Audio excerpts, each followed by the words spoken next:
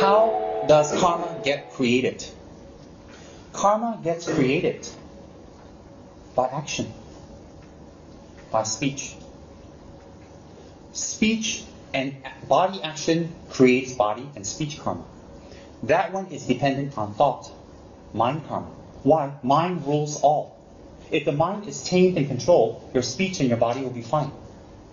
So therefore, when we take certain vows, it's to help us restrict our body action, to contain the body action so the mind can be at peace.